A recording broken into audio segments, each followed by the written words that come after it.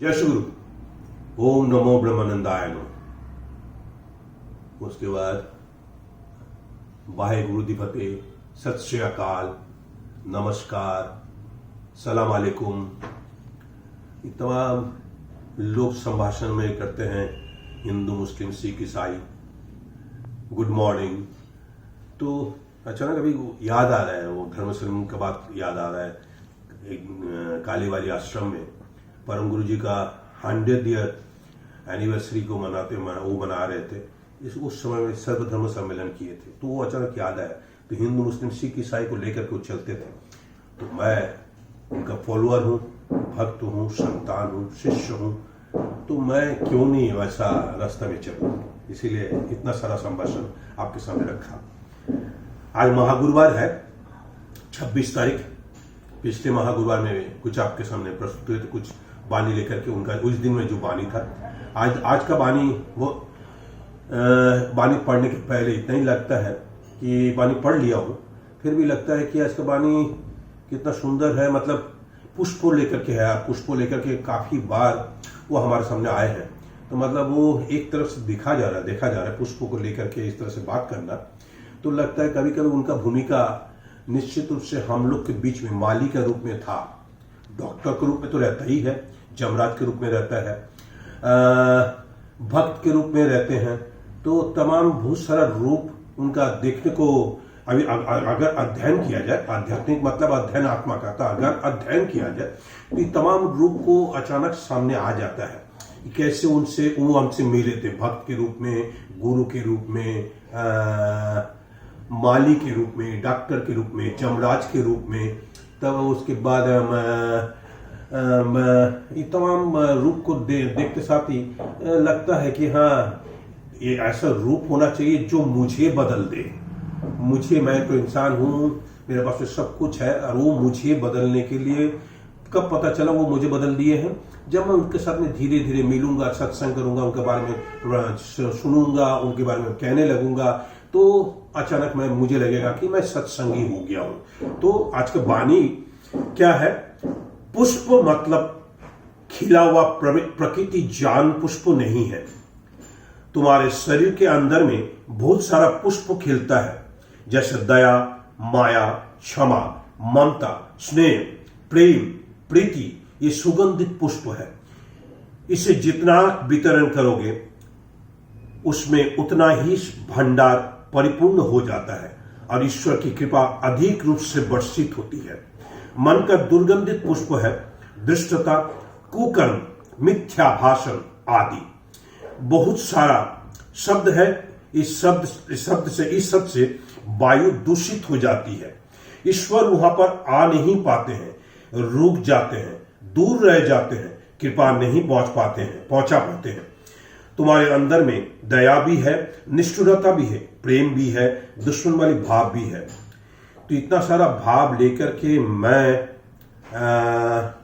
ब्रह्मलोक धाम में जाता हूं, इतना सारा भाव लेकर मैं कालीवाली आश्रम में जाता हूं, या इधर उधर घूमते घूमते कभी पुरी चला गया, कभी दीघा चला गया, कहीं ना कहीं कोई मंदिर में दर्शन किया। साउथ में बहुत सारा मंदिर है, हमारा हरिद्वार में भी है। तो इस तरह से बहुत सारा मंदिर इस दुनिया में भरा पड़ा हुआ है। तो मैं सब इसी भावना को लेकर के जाता हूं। तो मेरे भगवान किस तरह से प्रयासरत है, मेरे गुरु किस तरह से प्रयासरत है कि किस तरह सुंदर सुंदर वाणी बोल करके मेरे मन से वो दुर्गंध को निकालना चाहते हैं, सुगंध को फैलाना चाहते हैं। तो दुर्गंध के बारे में मेरे से ज्यादा उनको जानकारी है कि मेरे मन में दुर्गंध क्या है, और मेरे पास में सुगंध क्या है वो भी मेरे से ज्यादा उनको जानकारी है। तो डेफिनेटली ये क्वाइट नेचुरल है कि मेरा सुगंध फैलाने के लिए वो आए हैं। निश्चित रूप से मेरा दुर्गंध फैलाने के लिए नहीं है। वैसा गुरु वो नहीं है, आध्यात्मिक गुरु है, गृहस्थी गुरु है। तो गृहस्थ में रहते रहते ये सब उन्होंने अध्ययन किया। उनको अध्ययन करने की जरूरत क्या है, वो जानते हैं, क्योंकि वो भगवान है, उनको अध्ययन करने की जरूरत है। फिर भी मनुष्य रूप में आए तो जिस रूप से ये सब चीज उन्होंने देखा है, तो देख करके हमारे अंदर से वो दुर्गंध को निकालना चाहते हैं, हमारा अंदर में वो सुगंध को फैलाना चाहते हैं। तो पहले दुर्गंध का बात किया जाए, गीता के माध्यम से दुर्गंध क्या है उसको थोड़ा जान लें। दुर्गंध के बारे में एक जगह में भगवान श्री कृष्ण बोल रहे हैं, अपि चेत सुदुराचार भजते मान मनन्य भाग साधुरेव च मंतव्य सम्यग् वसितो हि स। पहले भी इस श्लोक को पाठ किया हूं, आप लोग सुने हो। आप लोग सुनो, सुन करके निश्चय सत्संग होता है, सत्संग सुनाई जाता है। तो श्रवण एक अध्याय है नवदा भक्ति में, उस श्रवण आप निश्चित रूप से करो, देखो भी सुनो भी। तो देखो और सुनने में क्या होगा, आप भी थोड़ा देर के लिए सत्संगी बनोगे, निश्चित रूप से अभी आपका मन में जागरण होगा। वो जो सबकॉन्शियस माइंड है जो सोया हुआ है उसको जागरण करना है। जागरण करने से सत्संग होगा, सत्संग होने से मैं उनके निकट में जाऊंगा। जब तक उनके निकट पहुंच नहीं पाऊंगा तब तक मैं दुर्गंधित होकर रह जाऊंगा, तो मेरा उद्धार होगा नहीं। और मेरा उद्धार करने हेतु वो आए हैं इस धरती पर, हमारा उद्धार होगा ही होगा, क्योंकि वो असफल हो नहीं सकते हैं, वो सफल ही हैं। तो कहीं ना कहीं हम और आप उस दुर्गंध से निकल करके सुगंध की ओर बढ़ रहे हैं। अब सुगंध क्या है उसके बारे में बोल रहा है, या दुर्गंध क्या है उसके बारे में भगवान श्री कृष्ण क्या बोल रहे हैं। अब अपि चेत्सु दुराचारो भजते मान मनन्य भाग साधुरेव च मंतव्य सम्यग् वसितो हि स।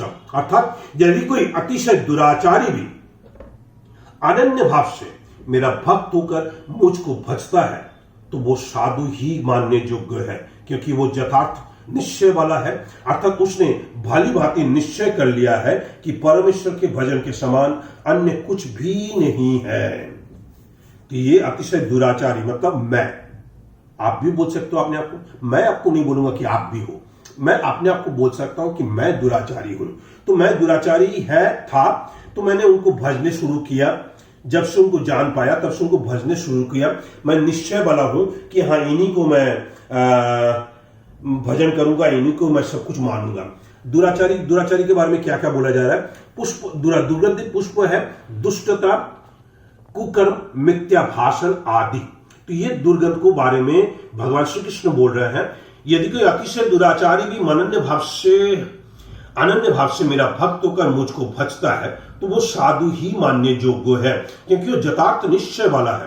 अर्थात उसने भली भांति निश्चय कर लिया है कि परमेश्वर के भजन के समान अन्य कुछ भी नहीं है। ठीक उसी तरह मैं मान लेता हूं कि मैं दुराचारी हूं, और मैं निश्चय कर लिया हूं कि उनके आराधना के अलावा मेरे पास में कोई रास्ता नहीं है। मेरा गति वही दे सकते हैं। मेरा सब कुछ, मेरा घर में जन्म हो रहा है, दुख हो रहा है, मृत्यु हो रहा है, दुख हो रहा है, जन्म में सुख हो रहा है। मेरा घर में जो सुख है, दुख है, शांति है, अशांति है, कष्ट है, आनंद है, ये तमाम चीज उनसे ही मेरे पास में आती है, और कोई मुझे दे नहीं सकता है। अशांति मुझे कोई नहीं दे रहा है, शांति भी मुझे कोई नहीं दे रहा है, सुख भी मुझे कोई नहीं दे रहा है, दुख भी मुझे कोई नहीं दे रहा है, कष्ट भी मुझे कोई नहीं दे रहा है, और आनंद भी कोई नहीं दे रहा है। ये तमाम चीज मुझे मेरे भगवान से प्राप्ति होती है रोज, किसी एक दिन नहीं है, रोज प्राप्ति होती है। तो मैं उसी भगवान के बारे में आगे बोल रहा हूं। क्षिप्रं भवति धर्मात्मा छच्छन्ति निगच्छति कौन्तेय प्रतिजानी ही न मे भक्त प्रणश्यति। वो शीघ्र ही धर्मात्मा हो जाता है और सदा रहने वाले परम शांति को प्राप्त होता है। ये अर्जुन, तू निश्चय पूर्वक सत्य जान कि मेरा भक्त नष्ट नहीं होता। तो कौन है ये जो धर्मात्मा हो जाता है? मतलब कौन सा है? जिसके पास में दया है, माया है, क्षमा है, ममता है, स्नेह है, प्रेम है, प्रीति है, ये सब सुगंधित पुष्प है। मतलब ये जो धर्मात्मा बना, मैं बना। अगर आप अपने आप को बोल सकते हो कि आप भी धर्मात्मा बने हो तो बोलो, मेरे साथ में बोलो कि आप पापी हो, कुकर्म करते हो, कुभाषा बोलते हो, कुतर्क करते हो, तो वो आप भी बोलो, तभी जाकर के आपका अंदर में ज्ञान प्रवेश करेगा। अंदर अगर आप अपने आप को रखोगे कि मैं सुगंधित पुष्प हूं, मुझे कोई जरूरत नहीं है, किसी का भाषण सुनने का जरूरत नहीं है, मैं सत्संग सुनने का जरूरत नहीं, मैं सुगंधित पुष्प हूं, तब आपके अंदर में ये सब वाणी प्रवेश नहीं कर पाएगा। तो श्रवण करने के पहले पूरा देख लो कि मैं क्या सुन रहा हूं, क्या बोला जा रहा है। मेरे भगवान मुझे आज के दिन में, महागुरुवार के दिन में, विशेष आनंद के दिन में मेरे भगवान मुझसे क्या कह रहे हैं। तो ये धर्मात्मा कब बना है मैंने? तो धर्मात्मा बनने के लिए मेरे पास में क्या क्या दे दिया उन्होंने? दया, माया, क्षमा, ममता, स्नेह, प्रेम, प्रीति, ये सब सुगंधित पुष्प उन्होंने मुझे दिया, जिसके चलते मैं धर्मात्मा बन चुका। अब धर्मात्मा बनने के बाद मेरे पास में रह गया अब उनका भक्ति करने का है। अब भक्ति कैसे करूंगा? भक्ति करने के लिए मैं फिर से एक श्लोक पढ़ूंगा। गीता है, गीता उनका प्रिय ग्रंथ है। ज्यादा कदा वो गीता को लेकर के बात करते थे। गीता उनका कंठस्थ था, मैं तो पढ़ के बता रहा हूं, मुझे कंठस्थ हुआ नहीं है, कभी होगा भी नहीं। इतना कठिन है गीता, समझना कठिन है, पढ़ना कठिन है, व्याख्यान करना और कठिन है। तो बोल रहे हैं पत्रं पुष्पं फलं तोयं यो मे भक्तया प्रयच्छति तदयं भक्त प्रीत मस्नामि प्रयतात्मन। अर्थात जो कोई भक्त मेरे लिए प्रेम से पत्र पुष्प, देखिए यहां पे पुष्प का बार बोला जा रहा है, कौन सा पुष्प आपको डालना है? सुगंधित पुष्प, जिसमें दया, क्या क्या है उसमें? दया, माया, क्षमा, ममता, स्नेह, प्रेम, प्रीति, ये सब सुगंधित पुष्प है। तो ये पुष्प इसमें घुस रहा है। तो मतलब जो कोई भक्त मेरे लिए प्रेम से पत्र, पुष्प, फल, जल आदि अर्पण करता है, ये सब जब अर्पण करता है, वो शुद्ध बुद्धि, मतलब मैं अगर मान लूं कि मैं शुद्ध बुद्धि हूं, तो मेरे लिए भगवान बोल रहे हैं कि वो शुद्ध बुद्धि निष्काम प्रेमी, मेरे पास में कोई कामना नहीं है, मैं निष्काम प्रेमी हूं, मैं भगवान का प्रेम करने में व्यस्त हूं, भगवान से मुझे कुछ नहीं चाहिए, भगवान मुझे ऐसे ही देते हैं, मुझे कोई मांगने का जरूरत नहीं है, क्योंकि जानते हैं मैं क्या मांग सकता हूं। तो मैं, वो सर्व अंतर्जामी है, तो इसलिए वो सब कुछ जान सकते हैं कि मुझे क्या जाना चाहिए, क्या नहीं चाहिए। उनको जाकर के खाली देखना है, बैठना है, निहारना है। निहारते निहारते एक दिन आपके मन में सुंदरता छाएगी, तब आप सुगंधित पुष्पों के चक्कर में घूमोगे। अगर आप निहारोगे नहीं, खाली जाकर के भगवान से मानने लगोगे, चाहे भगवान ब्रह्मलोक धाम में हो, चाहे कालीबाड़ी आश्रम में हो, या इधर उधर कहीं भी कोई भी मंदिर में हो, आप जाकर के देवी का या देवता का दर्शन करो, निहारो, उनके जैसे बोलो कि आप कितने सुंदर हो प्रभु, तब जाकर के सुंदरता आएगी। और सुंदरता के साथ साथ ये तमाम सुगंधित पुष्प आपके पास में आएगा, अन्यथा ये तमाम पुष्प आपके पास में आएगा नहीं। दुर्गंधित पुष्प लेकर के आप जाओगे तो निश्चित रूप से आपका कल्याण संभव नहीं है। तो क्या बोल रहे हैं? उस शुद्ध बुद्धि निष्काम प्रेमी भक्त का प्रेम पूर्वक अर्पण किया हुआ वो पत्र पुष्पादि मैं सगुण रूप से प्रकट होकर प्रीति सहित खाता हूं। अब मेरा पुष्प, मतलब मैं पुष्पांजलि देता हूं। मैं कल कालीबाड़ी में क्या पुष्पांजलि दिया, रोज मैं देता हूं। सोम मंगल बुध नहीं, मंगल बुध शुक्र शनि, ये 4 दिन में मुझे मौका लगता है वेदी में चढ़ के पूजा करने का, पुष्पांजलि देने का मौका लगता है। मैं कल भी जब पुष्पांजलि दिया, मेरे पास में ये ज्ञान नहीं था कि मुझे सुगंधित पुष्प देना है, दुर्गंधित पुष्प को हटाना है, ये ज्ञान था नहीं। आज वाणी के पढ़ने के बाद लग रहा है, अरे कल तो मैं कालीबाड़ी में हो चुका हूँ, कालीबाड़ी में पुष्पांजलि दिया, कल तो मैं ऐसा सुगंधित पुष्प तो दिया नहीं, मुझे तो ऐसे सुगंधित पुष्पों के बारे में ज्ञान तो था। वही जैसा होता है ना, ज्ञान रहने के बावजूद भी कुकर्म कर पाता हूँ, ज्ञान रहने के बावजूद भी कुतर्क में लीन हो जाता हूँ, ज्ञान रहने के बावजूद मैं कुभाषा का प्रयोग करता हूँ, तो वो हो गया। तो मैं कुएं में घुस गया, जिसके चलते मेरा पुष्पांजलि व्यर्थ चला गया। मैंने एक पुष्पांजलि मंत्र बोला, आयु देही बोला, मैंने बोला अंधं कुष्ठं च दारिद्र्यं, वो भी मैंने मंत्र में बोला। हर पापं बोला मैंने, एक पुष्पांजलि मैंने ये भी बोला, काये न मनसा वाचा, ये भी मैंने मंत्र में बोला। लेकिन तमाम मंत्र में कहीं पे भी सुगंधित पुष्प का व्यवहार हुआ नहीं है। मैं जानकारी नहीं था, मैं ज्ञान नहीं था, इसीलिए गुरु से ज्ञान लेने से, भगवान से ज्ञान लेने से मैं वो सुगंधित पुष्प मेरा हाथ में रहे ना रहे, खाली हाथ रहे तब भी मैं आराम से मन में सुगंधित पुष्प लेकर के उनके पास में जाने से उनका प्रकृति दर्शन कर पाऊंगा। अन्यथा कालीबाड़ी में माँ काली को देखना भी दुष्कर है, ब्रह्मलोक धाम में आकर के भगवान को देखना भी नहीं सक पाऊंगा। मैंने वैसा मन नहीं है, वैसा मन लेकर के देखने से वो मेरा अंदर में सुगंध फैलाएंगे, वो मेरा अंदर में दुर्गंध नहीं फैलाने, वो दुर्गंध फैलाने के लिए मेरे पास में नहीं है। मैं उनके पास में गया है, उनके रूप से, उनका सत्संग से वाणी सुन करके, उनका जब भी उनके पास में बैठता था, सत्संग सुनते सुनते भाव विभोर हो जाता था। भाव विभोर होते होते निश्चित रूप से वो ऐसा जादूगर है, मतलब मैंने उनका एक डॉक्टर के साथ मैंने ये वाला बोलने भी भूल गया, एक जादूगर है वो, मतलब जैसे पीसी सर के जादू दिखाते, मेरे भगवान को ऐसे जादू दिखाते हैं। अपने बातों से, सुंदरता से वो मेरे मन में छा जाते हैं। छा के क्या करते हैं, मेरे मन को निर्मल बना देते हैं, पाप रहित बना देते हैं। तो इसीलिए सब कुछ वो बनाते हैं। लेकिन मैं भगवान के पास में जाऊंगा तब ना, वैसा करके बैठूंगा तब ना, रोऊंगा उनके पास कि प्रभु आप कितने सुंदर है, कितने सुंदर है, आपका जितना देखूं, जितना देखता हूं, आपका खाली सुंदरता ही बोल सकता हूं। मैं कितना भाग्यशाली हूं कि उस घर में जन्म लिया हूं। नॉर्मली तो पुत्र होने के नाते पिता का दोष गुण सब लिया जाता है, लेकिन यहाँ पे मैं जिस घर में जन्म लिया हूं उनका तो कोई दोष है ही नहीं है, तो गुण ही गुण है। अब करोड़ों करोड़ों गुण है, उसमें से मान लिया जाए अगर उनको उनका अगर लूं तो डेफिनेटली हमें 10 गुण तो जरूर आया होगा। करोड़ों में 10 आना बहुत बड़ी भारी बात है। ये अचीवमेंट है। ये अचीवमेंट तब संभव हुआ क्योंकि मैं उस घर में जन्म लिया है। आपके घर में भी आपके माता पिता होंगे, तो आप माता पिता सा दोनों ही लेते हो, दोष भी लेते हो, गुण भी लेते हो। तो आप तो जांचना नहीं चाहते हो ना, तो सुगंधित पुष्प आपके पास में रहेगा तो आप जांच लोगे कि नहीं मुझे ये वाला नहीं लेना है, ये सुगंधित पुष्प मुझे लेना है। तो तब जाकर के भावना जागृत होगी, तब जाकर के वो अर्पण करना सार्थक होगा। अगला में बोल रहे हैं, जत करोषि जदस्नासी जत जोशुई ही ददासी जत तपस्यसि कौन्तेय तत्कुरुष्व मदर्पणम। अर्थात हे अर्जुन, मतलब मुझे बोला जा रहा है, तू जो कर्म करता है, जो खाता है, जो हवन करता है, जो दान देता है, जो तप करता है, ये सब मेरे अर्पण कर। तो मैं जब आज सुबह हवन किया, मुझे ज्ञान नहीं था गीता वाला बात कि हवन भी उनको दान देना है।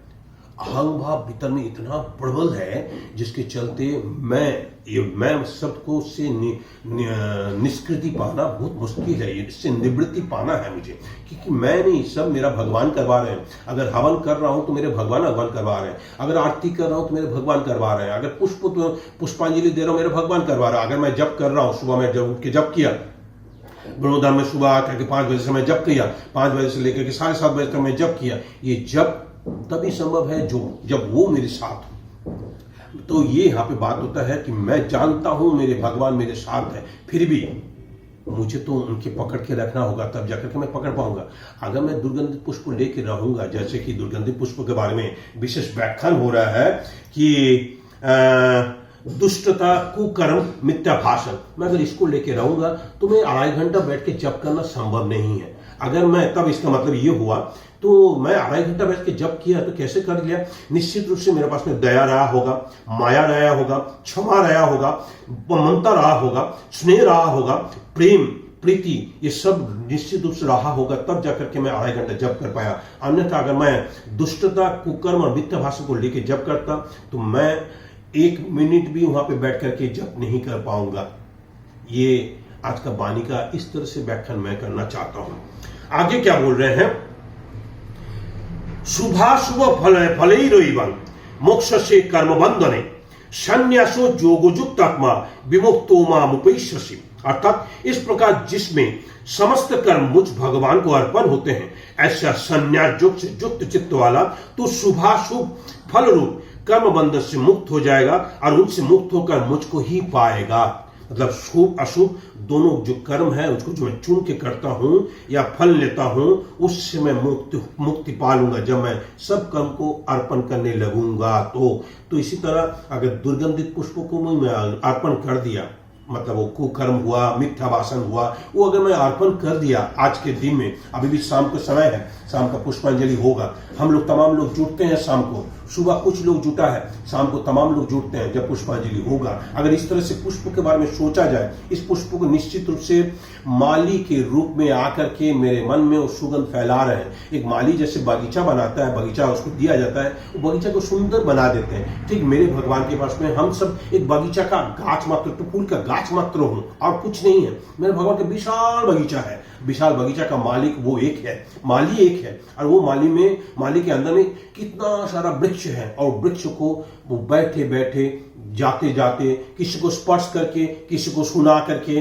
किसी को देख करके वो सुगंधित पुष्प बना देते हैं। अन्यथा अगर मैं बगीचा का फूल बगीचा में गाछ बन करके नहीं ला पाया तो मेरा उद्धार होना संभव नहीं है। मैं ऐसी दुर्गंध लेकर के जहां तहां विचरण करते रहूंगा, तो दुर्गंध पुष्पों को ज्यादा देर तक लोग बर्दाश्त नहीं कर पाएगा। मेरे पास में अगर कुकर्म रहा, मिथ्या भाषण रहा, दुष्टता रहा, तो डेफिनेटली हमारे अगल बगल में भीड़ कम हो जाएगा। तो मैं अगर वो स्नेह, माया, ममता, क्षमा, दया अगर वो सब लेके रहूंगा तो हमारा अगल बगल में भीड़ होगा और मुझसे लोग सब सुनेंगे। अभी आप लोग मेरे को सुन रहे हो, आपके पास में कोई रास्ता नहीं है, आपके पास में वीडियो गया है तो आपको वीडियो को देखना है और साथ में जब वीडियो देख लोगे तब लिख देना होगा, जय श्री गुरु लिखना होगा। नहीं, मैं ऐसा नहीं चाहता हूं कि आप इस तरह से वीडियो देखो, वीडियो को सच में देखो यार। मैं सच बोल रहा हूं यार, उनका जितना उनके बारे में सुनोगे ना आप सत्संगी बनोगे। सत्संगी बनने से आपके पास में दया, माया, क्षमा इस जागरण होगा। अब अगर सत्संगी नहीं बनोगे तो वही कुकर्म, वही मिथ्या भाषण, वही दुष्टता आपके पास में हमेशा विराजमान रहेगा। आज भी मेरा गुरु मेरे पास में वर्तमान है, वो हमेशा वर्तमान रहेंगे। गुरु ज्ञान रूप में है, गुरु शरीर रूप में नहीं है, ठीक है, गुरु ज्ञान रूप में है तो निराकार के रूप में भी है, पर ब्रह्म है, जगत गुरु है, इतना सारा रूप लेकर के वो मेरे पास में है। तो मैं अगर उस रूप को निहारूंगा नहीं, उस रूप को देखूंगा नहीं तो मेरे अंदर में परिवर्तन कैसे संभव है। क्या बोल रहे हैं आगे? आगे बोल रहे हैं मन मना भव मत भक्तो मत जाजी मांग नमस्कुरु मामे वैश्यस्य युक्त मत मानंग मा परात्मरा मत मानंग मत परायण। ये भी श्लोक काफी बार आपके सामने इस श्लोक को लेकर आ चुका हूं।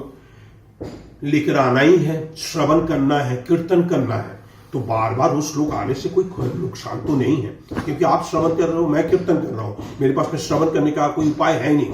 आपके पास में श्रवण करने का उपाय है। हो सकता है आप लोग में बहुत लोग गुरु से मिले हो, आप लोग हो सकता है बहुत लोग गुरु के सत्संग सुने हो। बहुत लोग ऐसा भी है हमारे बीच में जो गुरु के से मिला नहीं है, मैंने दीक्षा लेने के पश्चात मिला भी नहीं होगा, दीक्षा लेने के पश्चात सत्संग भी नहीं किया होगा। किसी विशेष दिन में हो सकता है वो गुरु से जाकर के मिला होगा, दीक्षा दिन में जाकर के मिला होगा, शादी का सालगिरह में जाकर मिला होगा, जन्मदिन में मिला होगा, इस तरह से वो मिला होगा। लेकिन उस दिन उस समय में सत्संग वो किए कि नहीं किए वो आपसे बेहतर कौन जान सकता है। तो जब सत्संग होता है, अगर कोई जुड़ गया है, उसमें से कोई भी जुड़ गया तो फायदा में रहा, उसको ज्ञान है, हो गया है कि ऐसा है, ऐसा गुरु मुझे मिल चुका है, गुरु प्राप्ति मुझे हो चुका है। अब उनको रखना है, कैसे करके रखना है, तो इस तरह से बोल रहे हैं मुझ में मन वाला हो, मतलब मैं गुरु हूं, मैं भगवान हूं, मेरा नाम है ब्रह्मानंद शास्त्री।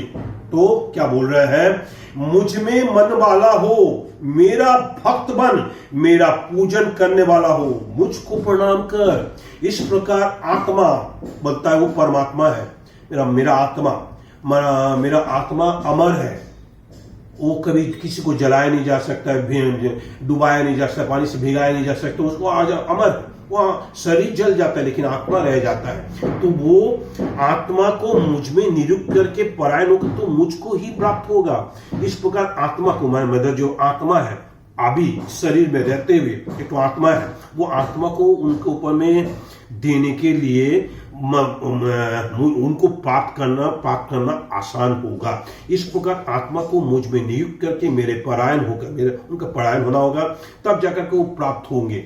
तो ये आत्मा के बारे में पहले बहुत सारा वाणी में चर्चा हुआ है, किस तरह से वो आत्मा रूपी मेरे पास में है। आज मैं थोड़ा देर के लिए मान लेता हूँ, थोड़ा देर पहले मैंने माना कि मैं वो दुष्ट परायण हूँ, मतलब दुराचारी हूं, मैं अत्याचारी हूं, व्यभिचारी हूं, कुकर्मी हूं, क्रोधी हूं, अहंकारी हूं, निंदा करते रहता हूं, ईर्ष्या करते रहता हूं, देश भावना रखता हूं, शत्रु भावना रखता हूं, ये मैं ही हूं। और मेरे उद्धार कैसे हुआ, मैं उनका नाम लेते गया, मैं निश्चय कर लिया कि वही है मुझे बदलने वाला। ठीक उसी तरह वो मुझे बदला। जैसे दस्यु रत्नाकर वाल्मीकि बना तो मान लिया जाए कि मैं वाल्मीकि बना। ये तो एग्जाम्पल आपको समझाने के लिए, वाल्मीकि मैं हूं नहीं, ना ही मैं वाल्मीकि कभी बन सकता हूं, मैं रामायण रचना कर नहीं सकता हूं। एक तो गुरु रचना नहीं कर पा रहा हूं तो रामायण रचना क्या कर पाऊंगा। गुरु रचना के लिए हर महागुरु आके आपके पास में आता हूं, गुरु रचना के लिए, राम रचना के लिए नहीं। वाल्मीकि राम रचना मैंने ये तो रामायण लिख के गए हैं। मैं रोज एक तो महागुरुवार को तो आता ही हूं ब्रह्मलोकधाम में, इस बीच में कालीबाड़ी में रहता हूं, तो मैं गुरु का किताब एक तो नहीं लिख पाया हूं। गुरु के बारे में कुछ बोल नहीं पाता हूं, गुरु के बारे में कि जो ज्ञान उपलब्धि होता है या अनुभूति होता है वो भी नहीं बोल पाता। मतलब गुरु का कोई किताब नहीं निकाल पाया तो राम कहां से, रामायण कहां से निकाल पाऊंगा? वो तो वाल्मीकि है, वो तो रामायण निकाल दिए। क्या मैं गुरु के ऊपर में ऐसा कुछ लिख सकता हूं? बिल्कुल नहीं लिख पाऊंगा। तो मेरा मान लिया जाए एक सेकंड के लिए कि मैं रत्नाकर हूं, और रत्नाकर होकर के मैंने निश्चय कर लिया है कि परमेश्वर के भजन के अलावा अन्य कुछ नहीं है, तो मैं इमीडिएटली मैं धर्मात्मा बन जाता हूं। बन करके मैं सदा रहने वाले परम शांति को प्राप्त करता हूं। मतलब उनके सानिध्य में जाना मतलब परम शांति पाना, उनसे दूर रहना। जो कि आज महागुरुवार के दिन में जो सुबह नहीं आया, जो शाम को नहीं आया, वो परम शांति से दूर रह रहा है। किसी तरह अशांति में है कि अशांति में है मुझे जानकारी नहीं है, लेकिन मेरे भगवान का क्या बोल रहे हैं, वो शीघ्र ही धर्मात्मा बन जाता है और सदा रहने वाली परम शांति को प्राप्त होता है। कि मैं मान लिया जाए कि मैं वाल्मीकि हूं, मैं शीघ्र ही धर्मात्मा बन गया और सदा रहने वाली को परम शांति को प्राप्त हो गया है। हे अर्जुन, तू निश्चय पूर्वक सत्य जान कि मेरा भक्त कभी नष्ट नहीं होता है। इसका मतलब मैं कभी नष्ट नहीं होऊंगा, क्योंकि मैं उनका शरणागति में हूं। जैसे बोलता है ना गीता में ये भी है, जो मांग पश्यति, मतलब सब में मुझको देखना, मुझ में सबको देखना। अगर मैं सब में, आप तमाम लोग में मैं भगवान को देख पा रहा हूं, आप भी मेरे अंदर में भगवान को अगर देख पाओगे अति उत्तम होगा। तो हम दोनों एक दूसरे में इस तरह से अगर देख पाएंगे, सब में मुझको देखना और उनमें मुझ में देखना, सबको, मतलब मेरे भगवान जो ब्रह्मलोक धाम में है उनके अंदर में आप अगर सबको देख पाओगे, अब अपना पति को, पत्नी को, बेटा को, बेटी को, पुत्र को, पुत्री को, माता को, पिता को, सबको देख पाओगे, तब आपका उचित देखना होगा। मतलब टिपिकल विश्व रूप है, जो विश्व रूप दर्शन हुआ था अर्जुन को एकादश अध्याय में, तब वो विश्व रूप दर्शन देख करके वो छोटा सा रूप से नहीं होता है। किसी के घर में छोटा सा फोटो है, किसी के घर में छोटा सा मूर्ति है, वो प्रकृति रूप नहीं है गुरु का, वो तो छोटा सा रूप है। रूप लेकर के आपको सांत्वना दिया गया, लेकिन उनका विशाल रूप है। उनका विशाल रूप को उनको बोलते हैं अपने भगवान के बारे में, मेरे भगवान है अकल्पनीय, अचिंतनीय, अवर्णनीय। तो आज भी मैं समझता हूं मेरे गुरु, मेरे भगवान अकल्पनीय है, अचिंतनीय है, अवर्णनीय है। इसीलिए इस संभव नहीं है कि उनके बारे में धारणा बैठाना, उनके बारे में उनकी कल्पना करना, इनके चिंतन करना इतना आसान नहीं है। जब इतना विशाल विशाल बात भगवान के बारे में बोल के गए तो निश्चित रूप से भगवान ऐसा ही होंगे, और वो अपने बारे में बोल के गए हैं, क्योंकि वो गुरु रूप में बोले हैं। और मैं फिर साथ में ये भी बोल रहे हैं कि शिष्य ही गुरु को भगवान बना सकता है, तो ये भी एक वाणी है। तो मैं वो शिष्य हूं जो मैं अपने गुरु को, अपना पिता को भगवान मानता हूं, क्योंकि मेरे अंदर में जितना भी उन्नति हुआ है उनका अनुसरण करने से ही हुआ है। उन्नति का मतलब कैसे समझता हूं, मैं जब में प्रवृत्ति हुआ ये उन्नति हुआ, मैं पूजा पाठ में भी उन्नति हुआ, मैं ऑफिस जाता हूं रोज, उसमें भी उन्नति हुआ है। तमाम मेरे पास में जितना स्टाफ लोग है उससे मैं अच्छा से बात करता हूं। उनके जितना संतान लोग है, जब भी कोई मुझसे बात करता है, जैसे गुरु बोल करके संभाषण के साथ में जब वो बात करता है, मैं उसके साथ भी मिलन सा रहता हूं। तो तमाम रूप लो लेकर के मैं भी रहता हूं। तो इसलिए मैं बोलता हूं कि मेरा उन्नति हुआ है, उनका अनुसरण करने से मेरा उन्नति हुआ है। तो इसलिए आप भी अगर अनुसरण करोगे आपका भी उन्नति होगा। मतलब वो जात पुष्प, मतलब वो दया, क्षमा, प्रेम वाला जो वाणी है, वो जो वाणी में क्या बोल रहे हैं, दया, क्षमा, माया, ममता, स्नेह, प्रेम, प्रीति, ये सब सुगंधित पुष्प निश्चित रूप से मेरे पास में भी आया होगा, क्योंकि मैं उनका अनुसरण करता हूं। तो मेरे पास में आएगा, तभी तो मैं आपके सामने मिलनसार हुआ, तभी तो आपके सामने वीडियो को लेकर के उपस्थित हो रहा हूं। अन्यथा ये संभव नहीं है। हम लोग रोज मंदिर में रोज पाठ होता है, परम गुरु जी को वहां पे आरती के समय पाठ होता है। एक लास्ट टाइम में बोलता है, मनो ज्ञानोदय छी चरणे गुरुदेव दया करो दीन जने। रोज पाठ होता है, एवरीडे शाम को आरती के समय में ये राष्ट्र लाइन को याद करता हूं। मनो ज्ञानोदय तब श्री चरण, मतलब मेरा मन उनका चरण में रहना चाहिए। गुरुदेव दया करो दीन चले, मतलब मैं दीन हूं। तो मैं क्या सचमुच दीन हूं? दीन क्या होता है? वो जैसे कि मान लिया जाए बाहर कालीबाड़ी आश्रम के बाहर में भिक्षुक लोग बैठे हैं, जो लोग रोज भिक्षा मान करके अपना रोजगार करता है, या खाना पीना करता है, या अपना पेट चलाता है। क्या वो दीन है? वो भी दीन है कि नहीं जानना नहीं है, जानकारी नहीं है, क्योंकि दीन ऐसा हालत है, मतलब मेरा कोई नहीं है, ये दीन वाला बात है। ऐसा दीन होना है, मेरा कोई नहीं है प्रभु, सब कुछ है, लेकिन फिर भी मैं अपने आप को खाली रख रहा हूं कि मेरा कोई नहीं है, ना मेरा पति है, ना मेरा पत्नी है, ना मेरा बेटा है, ना बेटी है, ना मेरा माता है, ना पिता है, मैं ऐसा दीन हूं। ऐसा दीन वाला बात उन्होंने बनारस में गुरु पूर्णिमा के समय में बोल रहे थे, कैसा दीन हो, दीन बनो, तब जाकर के दया होगा। मनो जैन रहे तब श्री चरणी गुरुदेव दया करो दीन जने। वाह, गुरुदेव को बोल रहा हूं कि गुरु दया करो कि मैं दीन हूं, मैं सचमुच के दीन हूं, क्या मैं सचमुच दास हूं? दास होने से दीन होना संभव है। जब तक दास भावना आएगा नहीं तो दीन भावना भी जागृत नहीं होगा, और दीन भावना जागृत नहीं होगा तो फिर दया कहां से प्राप्ति होगा? इतना निष्ठुर हूं, कुकर्म करता हूं, कुभाषा बोलता हूं, कुनिंदा करता हूं, कुतर्क में रहता हूं, तो कैसा वो दया होगा, कैसा दीन बन पाऊंगा? तो दीन बनने के लिए निश्चित रूप से वो सुगंधित पुष्प का जरूरत पड़ता है। सुगंधित पुष्प बिना दीन होना संभव नहीं है।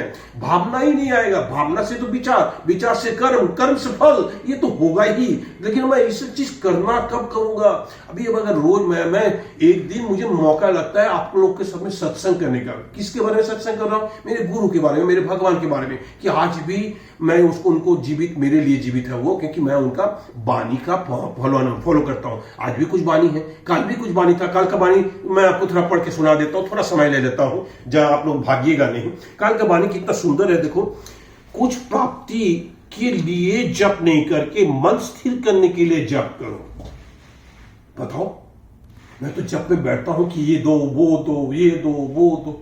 आज तो नया बात देख रहा हूं, मन स्थिर करने के लिए जप करने बोला जा रहा है। मतलब जप करने से मन स्थिर हो, मतलब मन तो चंचल है, तो मतलब जब एक तो चंचलता से स्थिरता में जाने के लिए जप एक तो माध्यम है। वो जप को माध्यम में बना लूंगा तो मन में स्थिरता आएगी, अन्यथा अगर खाली मांगते रहूंगा तो स्थिरता आएगी नहीं। मैं 2500 भी जप नहीं कर पाऊंगा, किसी तरह मुश्किल से 5000 जप करूंगा। जब मैं पूछूंगा विशेष दिन में, जब आप मुझसे मिलते हो दीक्षा के दिन में, जैसे आज बहुत लोग, कल मुझसे बहुत लोग मिलने आया था, तो जिसमें जयदेव एक तो था, जयदेव शशि उन लोग मिलने आया, एक तो सुभाष और रेखा उन लोग मुझसे कल मिलने आया। तो मैं उन लोग से पूछा तुम लोग क्या क्या किया? तो भाई प्रदक्षिण किया, दीपक जलाया। कितना साल हुआ? एक जन बोला 11 साल, एक जन बोला 33 साल। तो ना उतना उतना दिया जलाया। उसके बाद क्या किया? उसके बाद दक्षिणा दिया, उसके बाद किया, उसके बाद बानी पढ़ा। बानी में क्या है? बानी ठीक से बोल नहीं पाया, ना कोई पढ़ा, ना देखा, ना कुछ नहीं, जबकि बोला कितना सुंदर काल का बानी था।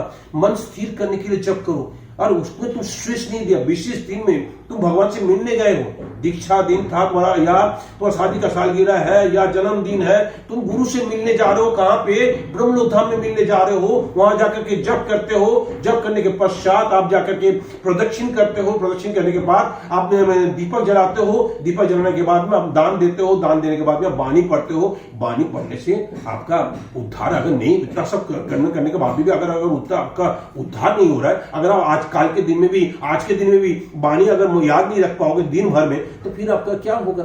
फिर श्रवण कैसे हो रहा है? श्रवण के माध्यम से भक्ति आएगा। और श्रवण का अध्याय में आप जीरो होकर के बैठे रहोगे तो कैसे चलेगा? ये कितना सुंदर वाणी है। कुछ प्राप्ति के लिए जप नहीं करके मन स्थिर करने के लिए जप करो, क्योंकि तुम्हारा जरूरत को देने वाला मालिक जानते हैं, जैसे कि मैंने पहले कहा। इसलिए मन लगाकर उनके चरणों में पुष्प अर्पित करना है। मन लगाकर उनके चरणों में पुष्प अर्पित करना है। सारा जहां पे विराजमान है, पूरा ब्रह्मलोक धाम में विराजमान है, पूरा कालीबाड़ी आश्रम में मां काली विराजमान है। कहीं भी जाओगे, जैसे मंदिर में लिखा रहता है धीरे बात करो, तो धीरे बात करने के लिए क्यों बोला जाता है? धीरे बात करने के लिए इसलिए बोला जाता है, मैं जैसे समझ रहा हूं, मुझे तो, मैंने उनसे व्याख्यान पूछा नहीं, मुझे जैसा लग रहा है कि क्यों लिखा हुआ चारों तरफ थोड़ा धीरे बात करो, मतलब निम्न स्वर में बात करो, ये लिखा हुआ है, उनका शब्द है निम्न स्वर में बात करें। तो मतलब क्या है? मतलब कालीबाड़ी में माँ काली मेरे लिए ध्यान कर रहे हैं, हम सबके लिए ध्यान कर रहे हैं। उनका ध्यान को बाधा नहीं पहुंचाए। वो किसी का सुख देख रहे हैं, किसी का दुख रह रहा है, किसी का विनाश करने के लिए भी है। जो दुष्टता जिसका बढ़ गई है उसको विनाश करने के लिए भी उद्यत है, या जो बहुत पुकार रहा है उनको भी सुनना है। तो ये तमाम चीज से मैं अगर चिल्ला चिल्ला के बात करूंगा, उच्च स्वर में बात करूंगा, तो उनका वो ध्यान में विघ्न होता है, ध्यान में बाधा होती है, जिसके चलते निम्न स्वर में बात करने के लिए हमें बोला जा रहा है मेरे भगवान की तरफ से कि इस तरह से कालीबारी आश्रम में चारों तरफ लिखा होगा परिच्छन्नता में भगवान विराजते हैं। ये भी एक तो शब्द लिखा हुआ। परिच्छन्नता क्या है? हम तो समझ सकते परिच्छन्नता मतलब वो मंदिर झाड़ू पोछा लगाना, मतलब परिच्छन झाड़ू पोछा लगाया ठीक से, गंदगी कहीं नहीं रहे, मैं तो वही समझता था। लेकिन धीरे धीरे जब और आगे बढ़ा तो देखा परिच्छन्नता मतलब मेरा मन, जिस मन को लेकर के मैं जा रहा हूं भगवान माँ काली के पास में, उस मन में परिच्छन्नता रहना चाहिए। उस मन में ये भावना बिल्कुल नहीं रहना चाहिए कि मैं कुतर्क में हूं, कुभाषा बोलता हूं, कुकर्म करता हूं। ये मन लेकर के नहीं जाना चाहिए। मतलब दया, क्षमा, ये वाला प्रेम जैसा आज की वाणी में है, वो वाणी लेकर के मंदिर में जाना चाहिए। तो ये आज समझ में आ रहा है कि परिच्छन्नता में भगवान विराजते हैं। मैं कल तो समझता था कि वहां पे बहुत दीपक जलता था, अगरबत्ती जलता था, शायद उसके लिए वो बोले होंगे कि भाई परिच्छन्नता, इसमें परिच्छन्नता साफ साफ रखो। धुआं के बारे में भी अलग से वो लोग बोलते थे कि इतना धुआं मत जलाओ, अगर भगवान कहाँ रहेंगे, धुआं इतना जाएगा तो उनके सांस में भी कष्ट होगा। तो ये तमाम चीज अगर उनको अध्ययन करना चाहे, अतीत में जाने से उनका कोई ना कोई सत्संग सुनाई देगा। अगर अतीत में भ्रमण नहीं करोगे, कोई सत्संग सुनाई नहीं देगा। और मैं कभी भी सटीक राह पर पकड़ूंगा, चल नहीं पाऊंगा, क्योंकि वो आज है नहीं, शरीर में नहीं है। जरा कदा मैं मन विचलित होता है तो मैं उनके जाकर के समस्या का निवारण नहीं कर सकता हूं, उनके वाणी पर के ही निवारण कर सकता हूं। तो इसीलिए कोई कुछ भी नहीं कर पाता है। तो उनका कुछ दिन पहले तो वाणी था, कुछ दिन पहले वाणी था वो, जिसमें बोले एक मिनट,